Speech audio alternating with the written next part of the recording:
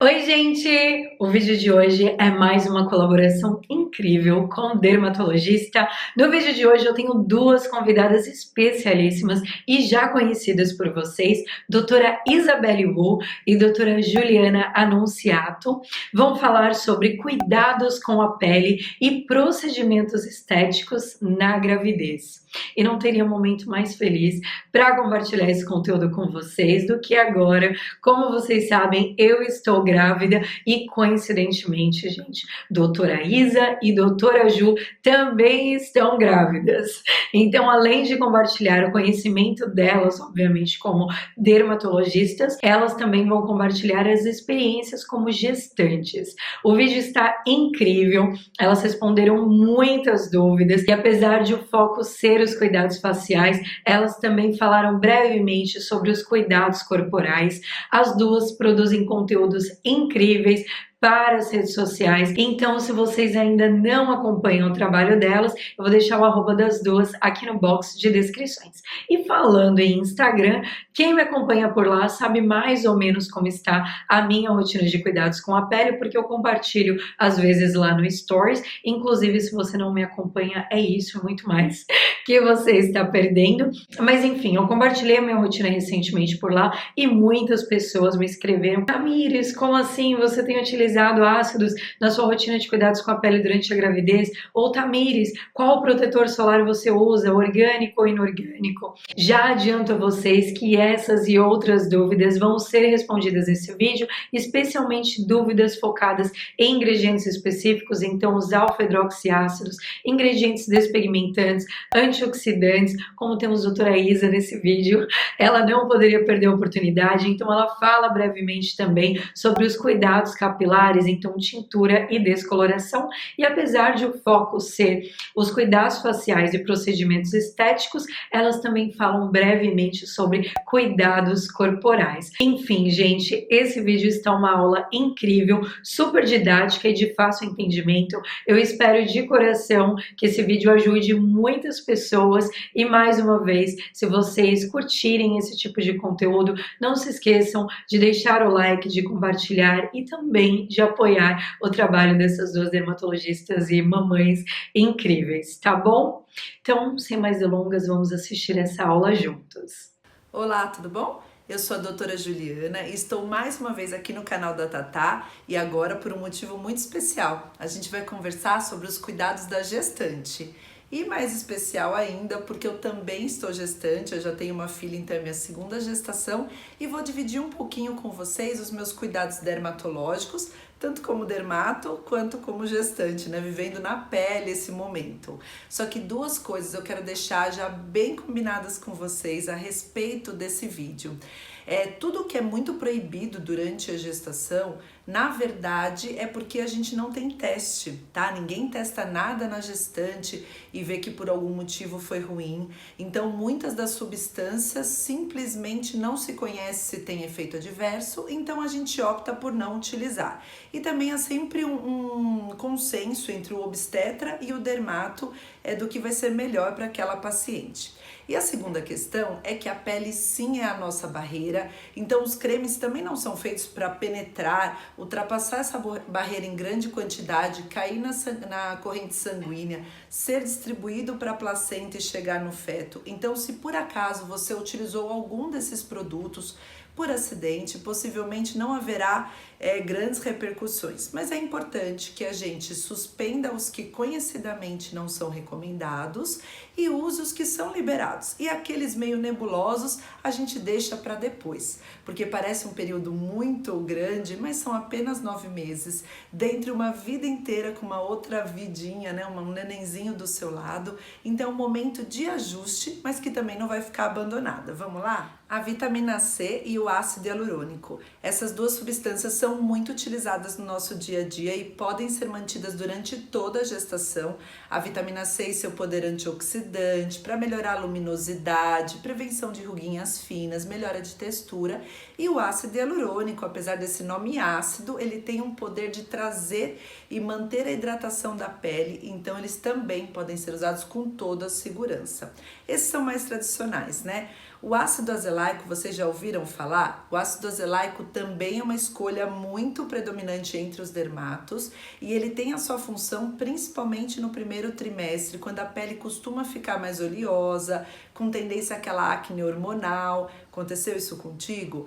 Ele tem essa função de tanto melhorar essa oleosidade, quanto também já fazer uma melhora dessa textura da pele, secar essas lesõezinhas ativas e também prevenir hiperpigmentação. É um ácido muito seguro, na porcentagem entre 15% e 20%, e provavelmente o seu dermato vai receitar para você.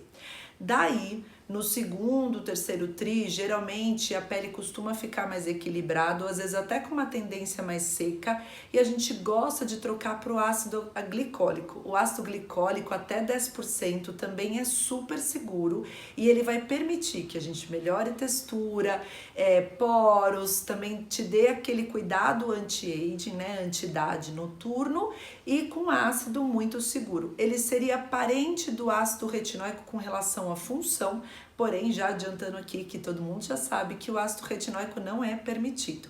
Então, ácido hialurônico, vitamina C e ácido glicólico, tranquilo fazer a utilização durante a gestação. E a niacinamida, vocês já viram eles no produto? Ela tem a função de clareadora, de trazer hidratação para a pele também, ser calmante, e ela está presente em muitos dos nossos produtos do dia a dia, e ela também é permitida. Afinal, ela é uma parte do complexo B, está presente inclusive nos nossos nutracêuticos que a gente faz uso durante a gestação. E o Depantenol ou Dexpantenol, ele é o conhecido Bepantol, e a gente também pode utilizar com muita segurança. Ele é um grande recuperador da barreira da pele, ele traz a hidratação, pode ser usado nos lábios, nos cabelos, no corpo. Então ele é um grande parceiro da gestante também nesse momento.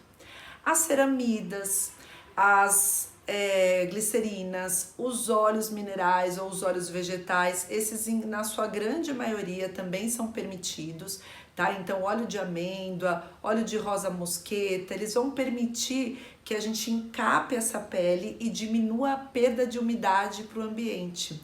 E isso faz com que então a hidratação fique lá retida, e hidratação essa que é muito importante nessa fase, principalmente na prevenção de estrias. E daí fica a dica também que é muito importante que você hidrate pelo menos 2 a 3 vezes ao dia a área do abdômen, dos flancos, do bumbum e da área dos seios, poupando a região da areola e dos mamilos, que essa região a gente quer diminuir um pouquinho a hidratação para aumentar o engrossamento da pele.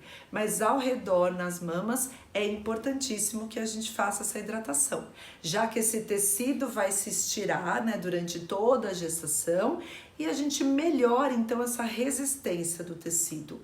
Importante também frisar que isso não é o que vai determinar se você terá ou não terá estrias. Isso faz parte da tua genética, do ganho de peso, da idade que se engravidou, mas com certeza dar uma forcinha na hidratação faz toda a diferença. E o Belides é outra substância que pode estar presente em alguns cremes. Ele tem um efeito clareador e ele é derivado, um extrato da margarida. Então também seria uma substância permitida, e a gente sabe que uma grande luta da gestante é com relação às pigmentações e ao melasma, né? Então seria uma arma aí que a gente poderia utilizar junto com o ácido azelaico, o ácido glicólico, a niacinamida, que também tem esse efeito clareador. Mas a principal substância que você vai se preocupar em utilizar durante toda a gestação é o filtro solar. Eu sei que os dermatos falam muito do filtro solar, mas especialmente nessa fase e principalmente a partir do segundo e do terceiro trimestre, onde a pigmentação está mais ativa, a gente precisa fazer esse tipo de proteção, se quer evitar as manchas, tá? E poderia ser os filtros físicos, a depender da escolha da gestante, que são aqueles que são permitidos inclusive em crianças a partir dos 6 meses, ou os filtros comuns. A gente recomenda FPS 50 ou mais e de cor de preferência, porque ter tonalidade ele vai aumentar a sua proteção, inclusive na luz visível. Então, filtro solar é indispensável no seu kit. E o que não pode? Os que sabidamente têm testes e ocasionaram problemas durante a gestação, o ácido retinóico ou tretinoína, que é a mesmíssima substância do Roacutan, outra substância que não pode ser utilizada grávida. A gente também recomenda suspender o uso da hidroquinona, que é um famoso clareador, ele também não é seguro na gestação.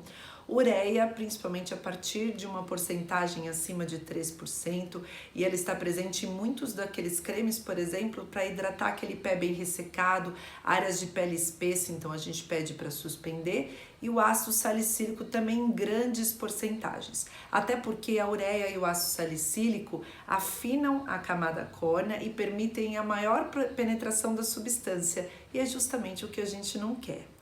E os orais, como é que ficam?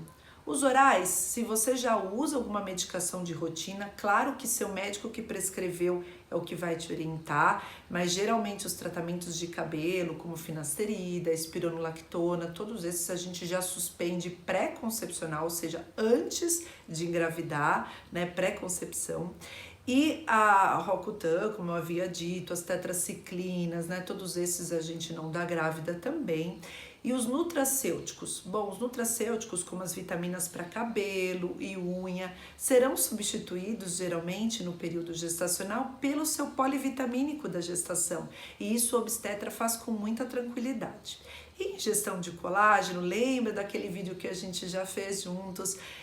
Ele tem algumas funções importantes, principalmente quando a gente está provocando a produção de colágeno, e na gestação é um período, de novo, curto, que a gente prefere, por ausência de estudos, não recomendar a ingesta também. Então, suspender nutracêuticos e o uso de colágeno, deixa para o polivitamínico normal da gestação.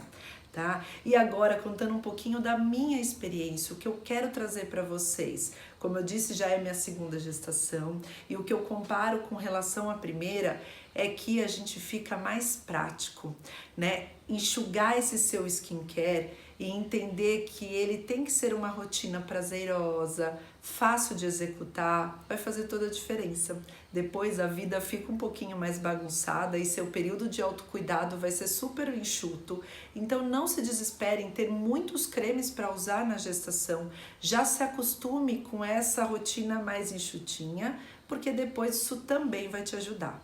Claro que eu caprichei na primeira gravidez na fotoproteção, nos protetores solares, como nessa, na hidratação, e deu tudo certo, né? Eu já não tinha uma tendência e caprichei muito na hidratação. Os ácidos que eu utilizei, com certeza o ácido hialurônico, porque minha pele, apesar de oleosa, na gestação fica seca, e nessa muito mais, o que auxilia também em beber muito líquido, tá bom? Vocês vão sentir essa necessidade. O ácido glicólico na outra gestação eu não lembrei, eu usava mais a vitamina C, mas nessa idade um pouquinho mais pra frente a gente tá agarrado no ácido glicólico, eu também acho uma ótima opção. E saber que o básico é o que vai fazer diferença. E outra, aproveite, porque claro que a hidratação corporal é um trabalho, nem sempre a gente tá livre daquela preguicinha, mas é um momento que você vai utilizar para utilizar aqueles cremezinhos mais cheirosos, que vão te dar esse prazer da hidratação e também da experiência sensorial. Esses são os que vão fazer diferença, então procure cremes mais cheirosinhos e que te agradem nesse momento para tornar esse processo mais fácil. E uma dica que não tem nada a ver com cremes: mantenha os exercícios físicos. Eu achei que com relação à recuperação do corpo pós-gestação, e a gente um dia pode bater um papo sobre isso, toda a diferença está no praticar os exercícios físicos, manter o tônus muscular, porque isso também vai ajudar a melhora de flacidez e a recuperação da forma do corpo depois da gestação. E agora, minha querida colega Isabelle vai contar um pouquinho para vocês o que pode e o que não pode com relação aos tratamentos estéticos e o que a gente está morrendo de saudade, mas a gente não vai fazer na gestação, mas já pode no aleitamento. Tá bom? Obrigada, até mais. Olá pessoal, sou a doutora Isabelle Vu, eu sou médica dermatologista, estou aqui de novo a convite da Tata, mas hoje para conversar um pouquinho com vocês sobre procedimentos estéticos na gestação. Acho que vocês sabem, eu estou agora assim bem no finalzinho da gestação, né, quase 36 semanas, e eu queria conversar um pouquinho, dividir um pouquinho também da minha experiência, como é que foi, o que eu usei, o que eu fiz de procedimento que eu não fiz, que eu gostaria de ter feito, sobre a minha experiência como gestante também, não só como médica, tá? Mas vamos começar falando um pouquinho da parte técnica. Então, eu queria falar um pouquinho com vocês sobre procedimentos estéticos, primeiro na pele, depois a gente pode falar dos cabelos também, tá?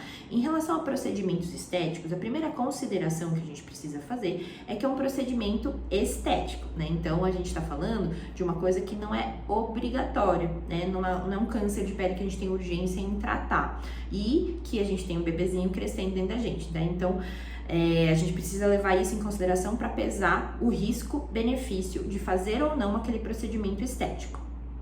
Além disso, a gestante, ela tem algumas particularidades em relação àquela pele que vai influenciar nas escolhas que a gente vai fazer em relação a fazer ou não um procedimento estético. Então, a gente precisa lembrar que gestante tem pele sensível, né? Então, fica com vermelhidão, irritação, formação de vasinhos com mais facilidade. Tá? A outra coisa é que também a pele da gestante, ela tem uma tendência maior à pigmentação, né? Então a gente sabe que todo mundo tem aquele medo do melasma, né? Porque isso é uma tendência, se a pessoa já tem tendência a ter melasma, a pigmentação na gestação pode aumentar. Então até hiperpigmentações pós-inflamatórias. Então, por exemplo, eu tomei várias picadas de inseto e ficou tudo manchado, né? Então, porque a gente tem uma produção aumentada aí de melanina e a gente tem mais hormônios circulantes que favorecem pigmentação, né? Então, além de uma pele mais sensível, uma pele que pigmenta com mais facilidade. Além da pigmentação de uma pele mais sensível, a gente também tem uma tendência aumentada de produção de pelos, né? Então é normal ter um aumento de pilificação, tá? Inclusive os cabelos crescem mais e ficam mais grossos, isso é uma coisa boa, né, da gestação, mas os pelos podem incomodar e isso tende a voltar ao normal, tanto essa questão de pigmentação quanto de pelos tendem a voltar ao normal ao longo dos 6 meses depois do parto, mas pode demorar até 1 ano, né? Isso a gente precisa levar em consideração também quando a gente for pensar em procedimentos na gestação e no pós-parto também. Outra coisa é a questão dessas flutuações hormonais, né? Então, por ter grandes flutuações hormonais, a pele pode ficar mais oleosa ou mais seca. Geralmente no primeiro trimestre ela tende a ficar mais oleosa e isso pode variar bastante durante a gestação. No segundo e terceiro pode ficar um pouco mais seca e com mais ou menos tendência à acne, dependendo da genética da pessoa. Então, das considerações para a gente pensar em fazer um procedimento estético na gestante, a gente precisa lembrar que, número 1, é um procedimento estético. Número 2, a paciente tem particularidades em relação à pele, que são uma pele mais sensível, com mais tendência à pigmentação, mais tendência à pilificação, e as flutuações hormonais ainda podem deixar bastante variável em relação à oleosidade e tendência à formação de acne. Tá? E aí depois a gente precisa lembrar que a pessoa está gestante também, né? Então, se o procedimento é doloroso ou não, isso vai fazer toda a diferença. E esse limiar de dor varia muito entre as pessoas, porque a gente sabe que dor pode levar a contrações uterinas, isso é extremamente indesejado durante a gestação. Então, a gente precisa lembrar se o procedimento é doloroso ou não e como que essa pessoa lida com aquele procedimento, se está acostumada a fazer, se sente dor ou não. E a última consideração que eu queria colocar, mas não menos importante, é se eu fizer esse procedimento estético e tiver alguma complicação, lembrando que todo procedimento pode ter uma complicação, né? Essa complicação é tranquilo de tratar durante a gravidez? Se precisar de um antibiótico, essa gestante vai poder usar? Então, a gente precisa pensar muito se a complicação é tratável durante a gestação ou não, para a gente pensar se vale a pena a gente fazer esse procedimento estético ou não. Então, quais seriam esses principais procedimentos estéticos que as pessoas têm dúvida, né? Então, toxina botulínica, preenchimento com ácido hialurônico, uso de bioestimuladores de colágeno injetáveis, MMP, microagulhamentos, que mais? Fios de PDO. Então, são vários procedimentos que, por todos esses motivos que eu listei para vocês, não se recomenda fazer. Geralmente, assim, não é que a substância ela pode fazer mal para o bebê, né? Mas geralmente encaixa em alguma das coisas que eu falei pra vocês, ou não vale a pena, ou tem mais risco de pigmentação, ou se tiver alguma complicação é muito ruim de tratar durante a gestação. Então, a gente geralmente contraindica esses procedimentos, apesar de terem alguns estudos, por exemplo, com toxina botulínica, tem estudo que não aumentou, o uso da toxina botulínica não aumentou a chance de ter algum problema fetal, foi igual à população em geral, mas não vale a pena, sabe, correr aquele risco, não tendo estudos de segurança para garantir aquilo pra gente. A doutora Ju falou para os cremes, né? Então, ou não tem estudo em gestante, porque ninguém fica testando coisa em gestante, ou a gente não consegue garantir a segurança, ou pode ter algum problema com aquelas questões da gestante mesmo, maior risco de pigmentação, ou o procedimento é doloroso e a pessoa não pode sentir dor, ou a complicação não é tratável durante a gestação. Então, todos esses procedimentos que eu falei, eles não são indicados durante a gestação por esses motivos, e não porque exatamente a substância faria mal para o bebê, mas por questões de segurança a gente peca pelo excesso. Os lasers, a luz intensa pulsada e os LEDs são um pouquinho diferentes.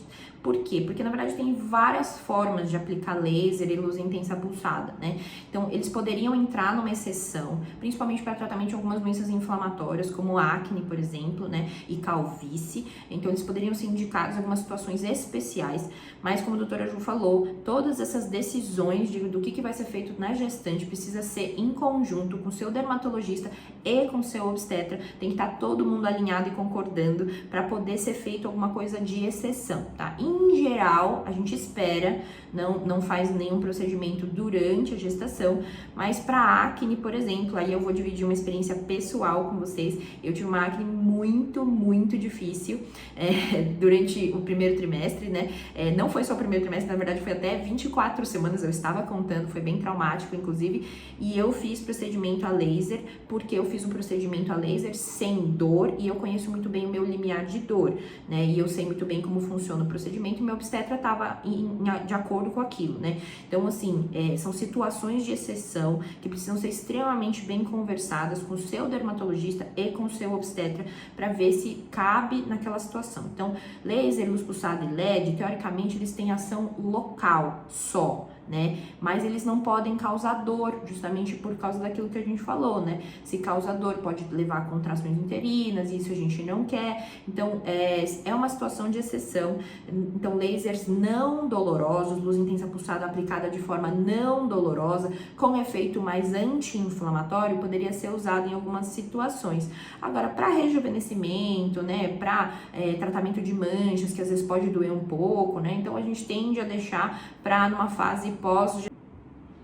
A gente tem uma coisa chamada laser de baixa intensidade, são chapéus, bonés, escovas, que são utilizados para tratamento de calvície feminina, e esses tratamentos poderiam ser mantidos, tá? Então isso tem que ser conversado, obviamente, com a sua dermatologista, mas em geral esses tratamentos para calvície e a máscara de LED facial para tratamento de acne inflamatório também poderia ser considerado, e teoricamente não teria nenhum problema para o bebê, mas de novo tem que conversar com o seu dermatologista e com o seu obstetra antes de tomar qualquer decisão desse tipo.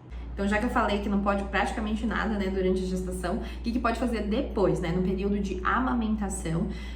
Todo mundo fica meio acabadinho, né, normal. Lembrar que nessa fase a gente é importante que vai ter mudanças no corpo, né, então pigmentação, pelificação, a estrutura do rosto, a gente emagrece, então tem que pensar se é o melhor momento que você quer fazer aqueles procedimentos ou não, tá? Mas o que poderia fazer? Então, toxina botulínica é uma coisa que é estudado, e assim, a recomendação é que provavelmente não faz mal, então, mas nessa fase de amamentação tem que perguntar se o pediatra também concorda. Então o dermatologista, o obstetra e o pediatra precisam concordar, mas em geral eu, por exemplo, libero para fazer toxina botulínica logo no período de amamentação, tranquilamente, tá? Em relação a laser para cicatriz, né, então algumas pessoas fazem cesárea, e laser para estrias, a partir da liberação do obstetra já poderia fazer, e isso até faz um pouco de diferença.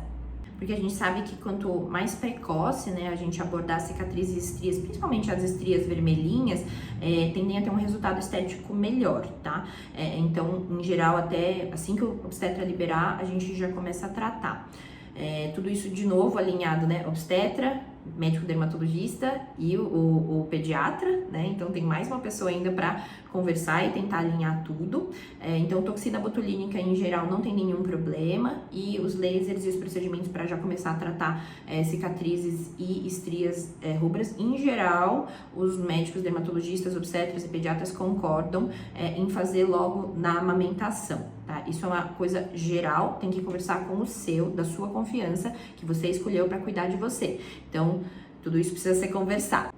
E em relação aos outros procedimentos, né? Então, por exemplo, preenchimento de ácido hialurônico, bioestimulador de colágeno, fio de PDO, ultrassom microfocado, laser. O laser também é tranquilo, principalmente quando não tem dor envolvida, tá? Quando tem dor, aí todo procedimento que pode doer vai depender da sensibilidade da pessoa, vai depender do desespero da pessoa em querer fazer aquele tratamento, e a questão da dor, porque dor pode influenciar na produção do leite, né? Então, se a pessoa é mais sensível, por exemplo, isso pode interferir na produção do leite, então tem que pesar custo-benefício. O procedimento em si não teria problema durante a amamentação, mas a dor durante o procedimento, se a pessoa é mais ou menos tranquila com isso, pode interferir na produção do leite. Então, precisa pensar se você quer exatamente fazer durante esse período de amamentação ou se tudo bem para você esperar um pouco. E aí, as condutas são muito variáveis. Doutora Isabelle, eu libero geralmente depois de 6 meses, tá? Se a pessoa quer realmente fazer, pensou, já mudou o rosto, já emagreceu, já tá o corpo voltando ao normal e quer fazer, e geralmente 6 meses depois eu libero esses procedimentos que potencialmente podem ser um pouquinho mais dolorosos, a depender da sensibilidade da pessoa, tá? Mas isso é muito variável. Tem que conversar com a pessoa que te acompanha. E em relação aos procedimentos estéticos dos cabelos, né? Então, tintura e descoloração principalmente. Em geral, a gente recomenda que não se faça durante o primeiro trimestre, que é quando o nenenzinho tá formando, né? Realmente formando os órgãos. Então, a gente pede para esperar no primeiro trimestre. A partir do segundo trimestre, isso é considerável, né? Eu particularmente prefiro que não faça, se puder esperar, eu prefiro, mas isso é muito caso a caso, porque teoricamente poderia fazer descoloração sem amônia, tintura sem amônia, a partir do segundo trimestre, né? Então, se for optar por fazer, sabendo que existe um risco teórico de aumento de alguns problemas, né? Tipo leucemia, neuroblastoma, que não é confirmado, sabe? A gente não sabe se realmente dá algum problema ou não, mas a partir do segundo trimestre poderia ser considerado fazer, se for fazer algumas considerações.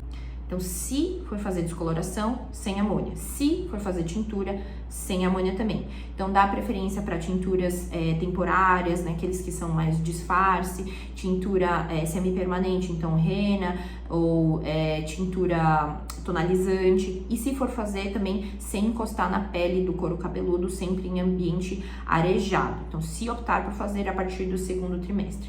Alisamento não é permitido em nenhum, tá? Então, formol, por exemplo, vetado, porque é cancerígeno, né? Então, não pode de jeito nenhum.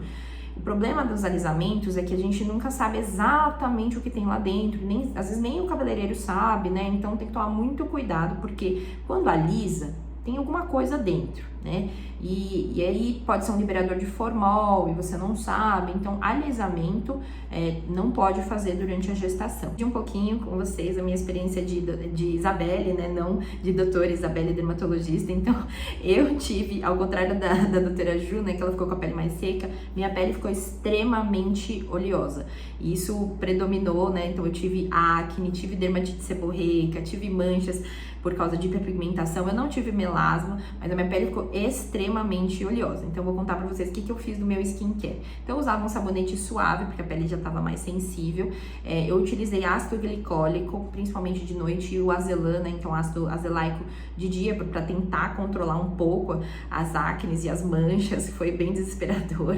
Eu tive que usar vários shampoos antisseborreicos, porque eu tava com uma dermatite seborreica também de difícil controle, né? Então, meus hormônios foram tudo para mais oleosidade, e eu não parei no primeiro trimestre, né? Claro, cada dermatologista tinha que ter alguma coisa peculiar. Eu avancei até, eu falei pra vocês, 24 semanas, eu estava contando. Então eu tive bastante oleosidade, acne, dermatite seborreica até as 24 semanas. Ainda tem um pouco, né, ainda não tá normal, né, mas tá melhor. E durante as primeiras aí 24 semanas, que foi bastante difícil, realmente a única coisa que me ajudava a controlar a acne, porque eu tinha bastante dor, né, durante o dia, por causa das acnes, eram bastante aquelas acnes internas, inflamatórias, bem dolorosas. Então o que me ajudou foi o laser de baixa intensidade, aplicados com a doutora Suzana, minha mãe, né, que aplicou, muito experiente. Então essa decisão foi compartilhada por mim, dermatologista, minha mãe, que é a doutora Suzana, dermatologista também, meu obstetra. Então tava todo mundo de acordo, mas eu acabei usando bastante esse recurso do laser, porque eu tive uma acne inflamatória muito de difícil controle mesmo. Então, essas foram as coisas que eu fiz do meu skincare. Eu não tive estrias, graças a Deus, né? Isso é uma tendência muito genética, mas eu hidratei bastante.